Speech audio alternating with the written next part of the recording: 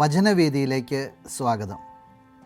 Amos പ്രവാചകൻ്റെ പുസ്തകം 9-ാം അധ്യായം 11-ാം വാക്യം.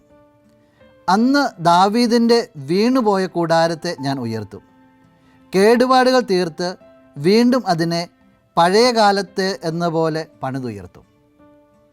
വലിയൊരു പ്രതീക്ഷയുടെ വചനമാണ് ഇസ്രായേൽ ജനത്തോട് ദൈവം പറയുക.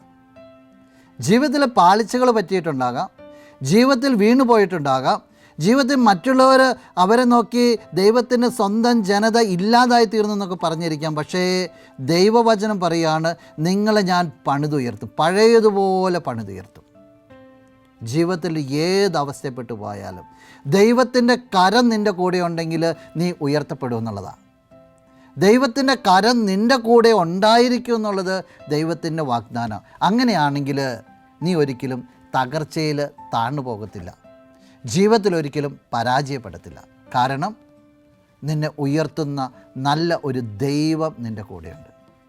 അതനുഭവിക്കാൻ നിനക്ക് സാധിക്കട്ടെ. നമുക്ക് പ്രാർത്ഥിക്കാം. നല്ലവനായ കർത്താവേ, നിന്നെ അങ്ങ് സ്തുതിക്കുന്നു, ആരാധിക്കുന്നു. ഈ വ്യക്തിയെ പ്രത്യേകമായിട്ട് സമർപ്പിക്കുകയാണ്.